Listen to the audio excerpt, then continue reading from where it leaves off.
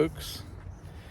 So I'm laughing at myself in the screen because this morning I shaved I shaved my mustache and part of my beard off to see how long it would take Jennifer to notice. It's something I've always done every year, and sometimes it takes most of the day. Today it took about 20 minutes before she told me she wouldn't go anywhere with me, but then she went to Walmart with me anyway. So I guess in honor of Abraham Lincoln, with President's Day coming up, sporting my Abraham Lincoln beard. It'll be gone before I go to work on Monday. So anyway, I am going to do a little video today on some of the upgrades that I've made on our 2024 Grand Surveyor 267 RBSS. So come along and you can comment on any of them below, and look forward to reading your comments. So one of the first things I did was I removed the small battery box and the lead acid battery that came with the camper, and I installed this tongue box, which is lockable. And sorry it's a little dirty from the rain and snow, but inside of it there is a 200 amp hour lithium battery, which give me a second and I will pick you back up. I do have to take the cover off the propane tanks, which is easy. It just slides off in order to unlock that, but I don't have to get in there very often. So here goes. Okay, so now with the propane cover slid off, I put my keys in, turn them, and that box opens now. And you can see it has a 200 amp hour lithium iron phosphate battery, as I said. And let's see what I did in here. First of all, I insulated the inside of the box using foam and spray foam. Second, the box is mounted to the frame of the trailer, so it's secure. Has a little digital display, which looks like the battery's at 100% charge right now, and 13.7 volts. So there's some other stuff inside of this box, as you see. First of all, lithium batteries, you shouldn't charge them when it's below 32 degrees Fahrenheit, and you shouldn't draw off of them as it gets closer to 0 degrees Fahrenheit. So what I did is installed a line voltage thermostat in here, and there's a heating pad in the front, this black part here, which that line voltage thermostat basically tries to maintain 45 degrees inside of here.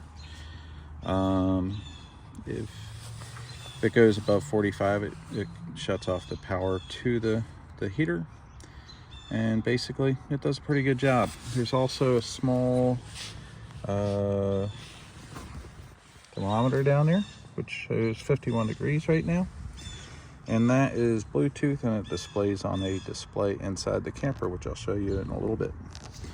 Also in here, this is a 150 amp circuit breaker, and that is supplying a 2000 watt inverter that I installed inside, and I'll show you that as well. I'm going to go ahead and close this, which sends power potentially to the inverter, but I have to turn it on still inside.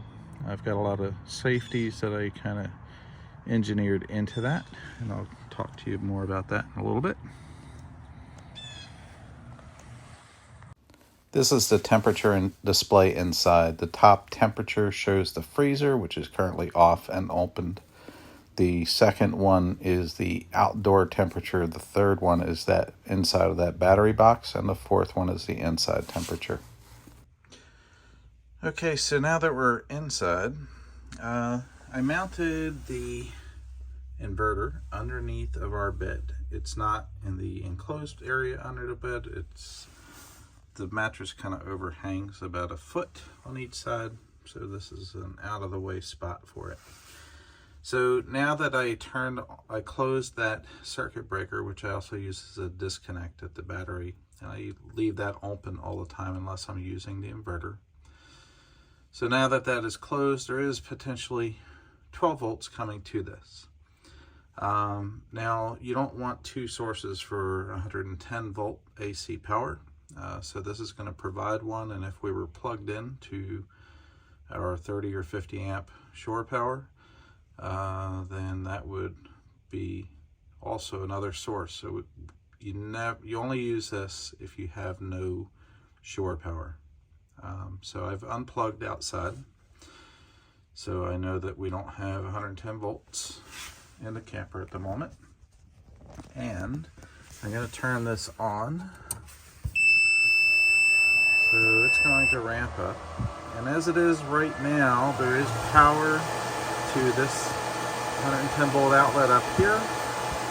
And there's another outlet that this is plugged into. Now this green wire is part of what Grand Surveyor calls inverter prep. And what that is they give you an extra little piece of wire, in this case by our tankless water heater, which is connected to the circuit for all of the 110 volt outlets. So as a second safety, like right now, I could plug something into this top outlet and it would be powered up. But if I want power to go to all of our outlets, I put another safety, which is this switch back here, which is protected by this outdoor enclosure. If I turn that on, now there's power going to all of the outlets through the camper. And there is a little bit of a load on that because it also runs the display and the clock on the microwave and a few other things. So right now we have power to all of our outlets. We can use the Keurig to make some coffee or tea. We could watch TV, things like that. So we've only used the inverter one time when we were boondocking at a Cabela's and making coffee in the morning. But I wouldn't leave it on all the time. It's kind of noisy, as you can hear. But at least it gives you the ability to have 110 volts when you don't have a plug-in for the camper. So that is that. I'm going to go ahead and shut off that switch and latch that. This is going to shut down in a minute or so.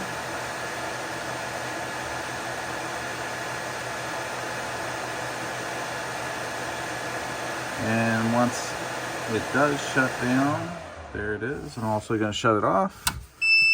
And it takes a little bit of time for the capacitors inside to discharge. So just always be wary of an inverter. It can still have power on it even after you've shut off the 12 volts going to it.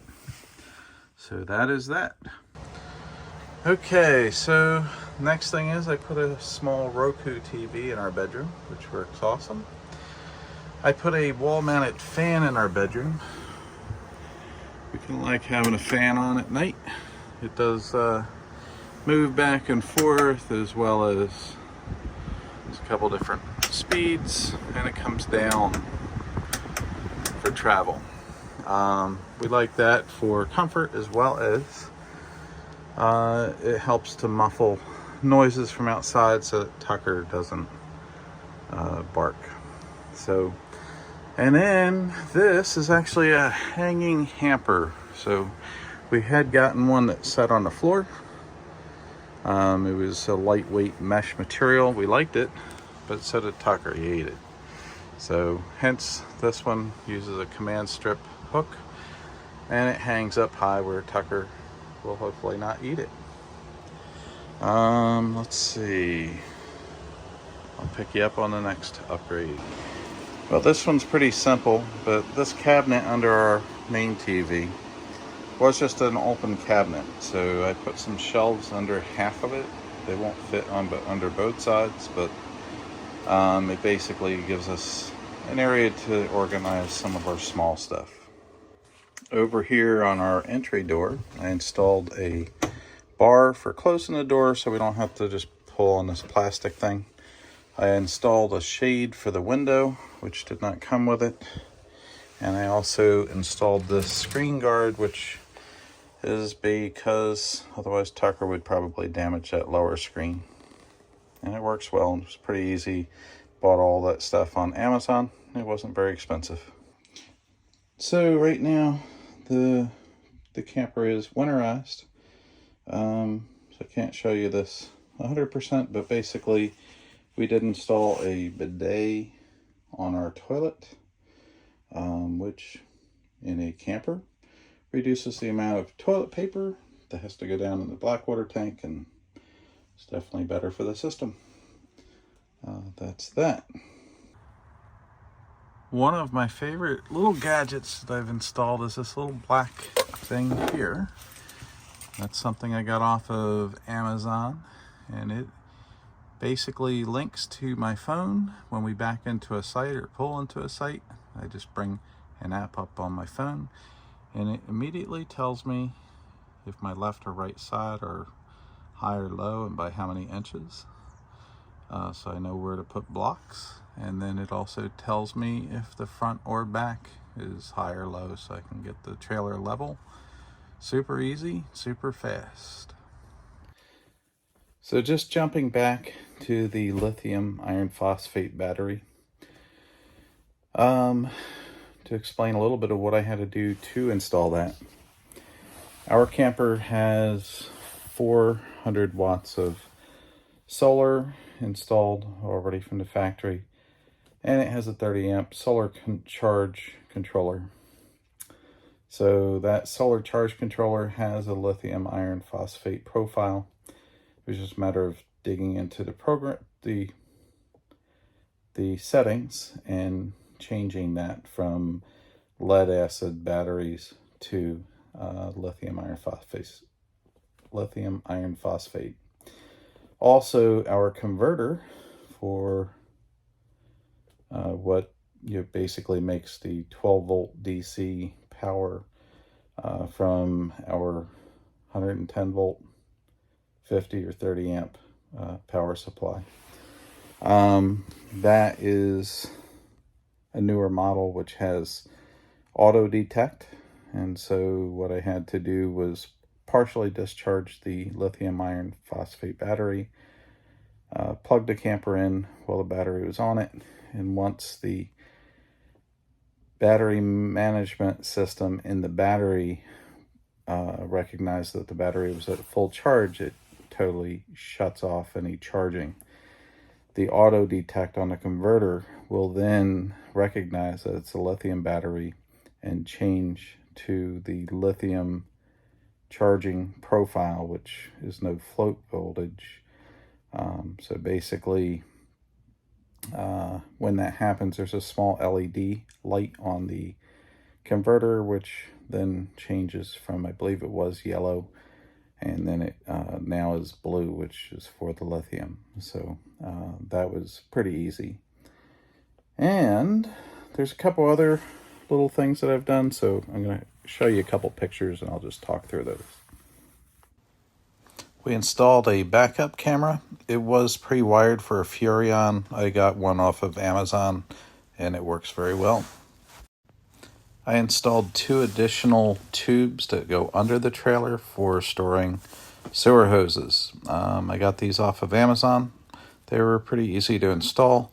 The only thing I don't like about them is the caps are pretty hard to get in, but they do work well.